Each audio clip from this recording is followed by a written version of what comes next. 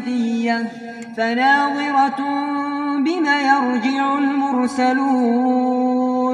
فلما جاء سليمان قال أتمدونني بمال فما آتاني الله خير مما آتاكم بل أنتم بهديتكم تفرحون.